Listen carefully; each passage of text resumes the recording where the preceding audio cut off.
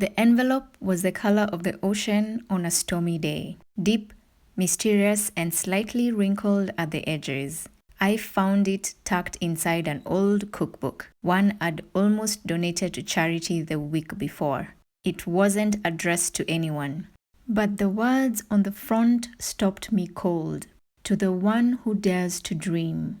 At first, I thought it was just an old letter, but as I opened it, the smell of vanilla and spices filled the air. Inside was a single recipe, handwritten in delicate cursive, and a note. This recipe isn't just for baking, it's for finding what you've been missing. The recipe was unlike anything I'd seen before, part dessert and part riddle. It called for ingredients like a pinch of courage and a spoonful of curiosity. I couldn't help but laugh. Was this some sort of prank? But the more I read, the more intrigued I became. At the bottom of the page, there was a postscript. Follow this recipe step by step, and it will lead you to a memory you've forgotten. I didn't know what that meant, but something inside me whispered that I had to try. I gathered the ingredients, feeling both silly and excited. Flour, sugar, eggs, but also things the recipe didn't explain, like a quiet moment at sunset and a story worth sharing. As I mixed the batter, strange things started to happen. The smell reminded me of my grandmother's kitchen, where we'd bake cookies on rainy afternoons. The way the dough felt in my hands took me back to a summer market where I'd first discovered my love for food. It was as if the recipe wasn't just guiding my hands, it was unlocking pieces of my past, one ingredient at a time. Halfway through, I realized the recipe wasn't complete. There was a line that read, "Now add the secret ingredient," but it didn't say what the ingredient was. I flipped the envelope over, hoping for a clue, and noticed a faint watermark of a key. What was I supposed to do? I almost gave up, but something about that envelope made me keep going. I closed my eyes, trying to think of what could be missing. That's when I remembered my grandmother's words. Every great recipe needs a little bit of you. I laughed out loud. Could that be it? Was the secret ingredient my own intuition? My creativity? With a smile, I added a sprinkle of cinnamon, something my grandmother always used, even when the recipe didn't call for it.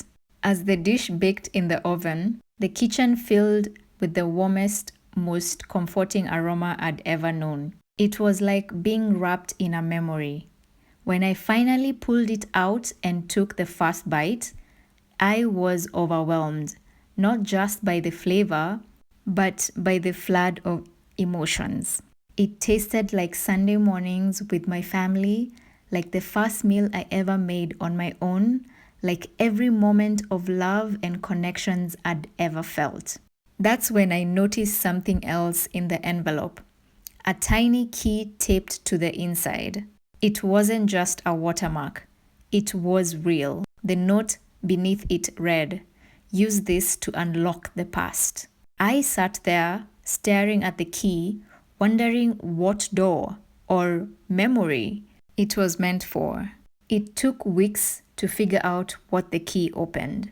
I searched through old boxes, tried every lock in my house, but nothing worked. Then one day, I remembered an old chest in my attic, one I hadn't opened in years. Inside the chest were photographs, letters, and a journal I'd kept as a child. Among them was another recipe card, written in the same handwriting as the one in the envelope. This one wasn't for baking. It was a list of dreams I had as a teenager, things I'd wanted to do but had forgotten all along. As I read through the list, I realized the recipe hadn't just given me a dish. It had given me back a piece of myself. I made a promise that day to follow the recipe in the envelope, and the recipe for my dreams, one step at a time. Because sometimes life's sweetest moments aren't just about the food, they're about the stories we create along the way. The journal was full of entries I barely remembered writing, sketches of places I wanted to visit, ideas for stories I planned to write, even a list of recipes I wanted to master someday. But there was one page that stood out. In bold letters, it read, "Find the bakery on Crescent Street." Crescent Street? I hadn't thought about that place in years. It was where my grandmother used to take me as a child, to a small bakery with a blue door and the best pastries I'd ever tasted. I decided to go, even though it had been years since I last visited. When I arrived, the blue door was still there, though the paint was faded and the sign above it read, "Closed for renovation." My heart sank. But as I turned to leave, a voice called out from behind me. "Looking for something?" A man in an apron stood at the side entrance, holding a tray of cookies. "Come in. We are not officially open, but we always make room for memories."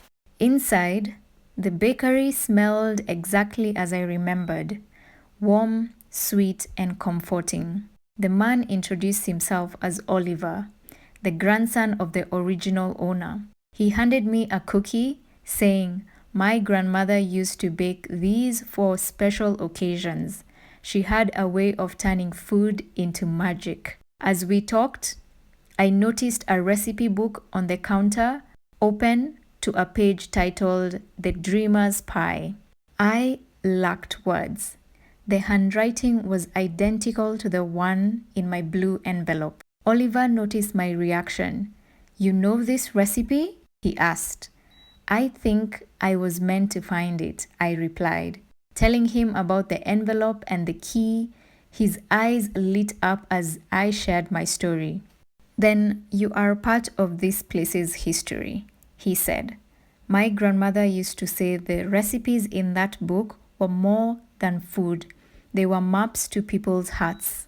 Oliver invited me to bake the pie together, saying it was a tradition for anyone who discovered the recipe. As we worked, he shared stories about his grandmother, how she created recipes inspired by people's dreams, and how every customer seemed to leave her bakery a little happier than when they arrived. I told him about my grandmother and how she used to bake with me when I was little. From the first time, I realized how much of my love for food came from her. It wasn't just about the taste. It was about the connection, the way the food could bring people together and tell a story without words. As the pie baked, Oliver handed me an old box with a small lock on it. "This belonged to my grandmother," he said. "If your key fits, maybe she wanted you to have it." With trembling hands, I slid the key into the lock. It turned easily, and the lid popped open to reveal a collection of handwritten notes, photos, and, at the very bottom, a sealed letter addressed to the dreamer. I opened the letter carefully, my heart racing. It read, "To the one who dares to dream. This bakery has always been a place for people to find themselves. If you've followed the recipe, you've already discovered what you are looking for. Not in the pie, but in the journey it led you on. Pass it forward and keep dreaming." Signed, Margaret.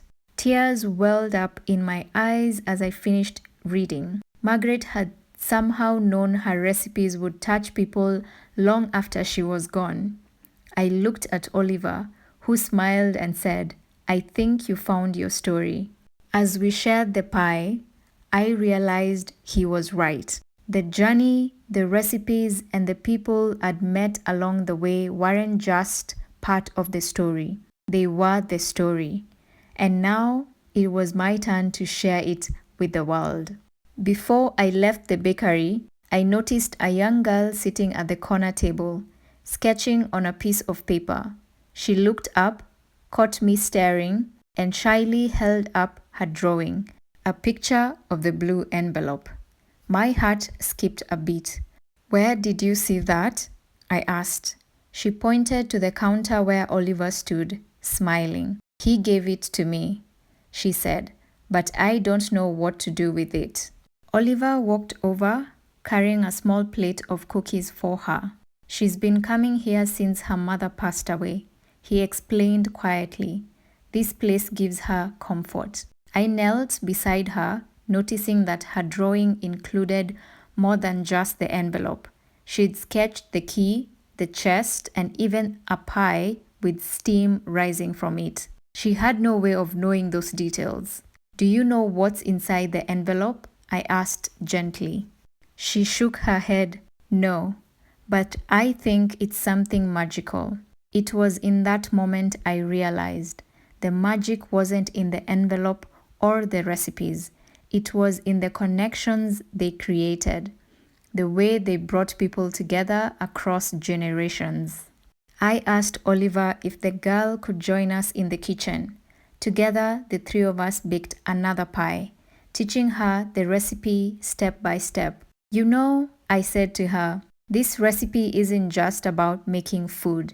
It's about discovering your dreams." Her eyes lit up. "What's your dream?" she asked. The question caught me off guard. I thought about all my dreams I'd tucked away over the years, the ones I'd rediscovered through this journey. "My dream," I said slowly, "is to share stories like this one and inspire others to follow their own." She grinned. "Then you're like the recipe. You help people find what they've been missing." Her words stayed with me as we finished baking. When the pie came out of the oven, it wasn't just a dessert. It was a symbol of hope, a reminder of everything we've shared that day. As the sun set, I said goodbye to Oliver and the girl, leaving the bakery with a full heart and a new perspective. Before I left, Oliver handed me one last surprise, a blank recipe card. "It's your turn to write one," he said. I held the card tightly, realizing the story wasn't ending here. It was just the beginning of something new. As I walked away, I thought about the people who might one day find the recipe I'd write, their own blue envelope, leading them to discover their dreams. After leaving the bakery, I found myself wandering through the streets, the blank recipe card still in my hand. Each step felt lighter, as if the weight of forgotten dreams was finally lifting.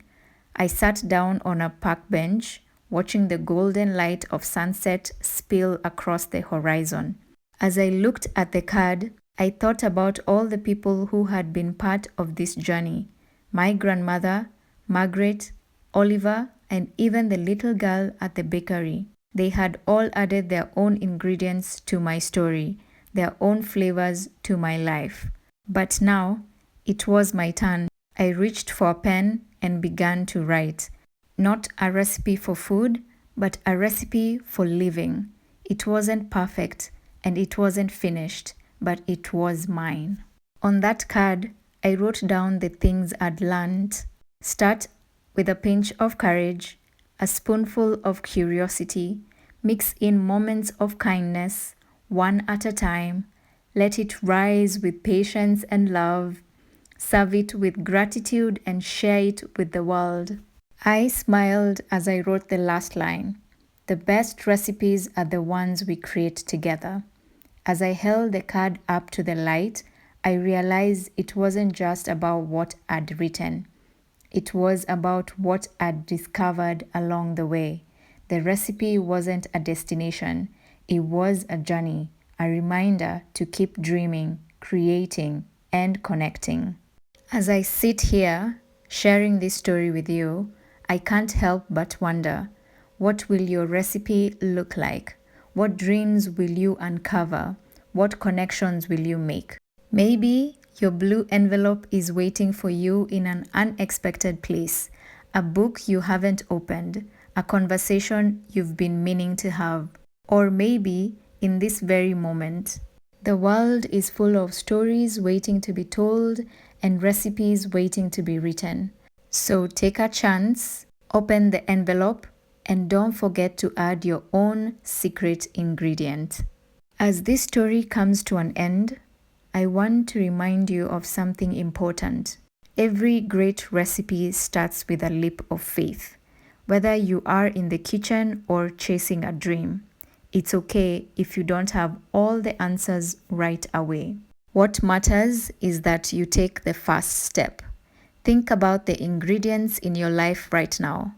The people, the moments, the passions that bring you joy. What can you create with them? What story can you tell? And here is the best part. Your story doesn't have to be perfect. It doesn't need a flawless ending. It just needs to be yours. Because in the end, the magic isn't in getting it right. It's in the act of trying, learning, and sharing your journey with others. So here is my challenge to you. Take this moment as your blue envelope.